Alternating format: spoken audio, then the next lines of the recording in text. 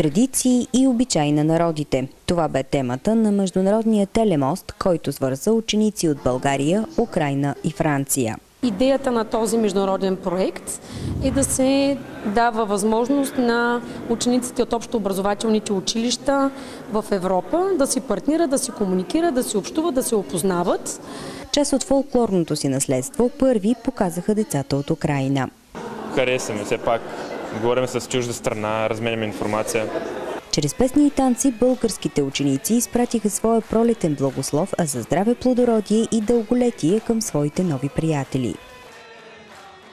Десетокласничката Екатерина разказа на своите връстници за Лазаров ден и Цветница. Близо почти един месец се подготвяхме, правихме репетиции с госпожата и се упражнявахме да може да ги изговаряме налихо думите и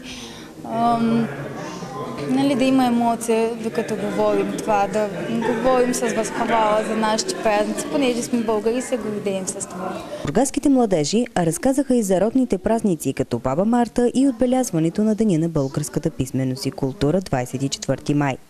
Ансамбъл Странджа се включи с характерния за региона кукирски танц.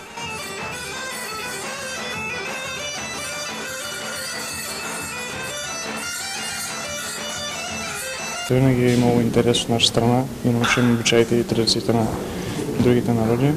Очаква се скоро възпитаниците на най-старото бургаско училище да осъществят връзка чрез телемост и с деца от град Мюнхен в Германия.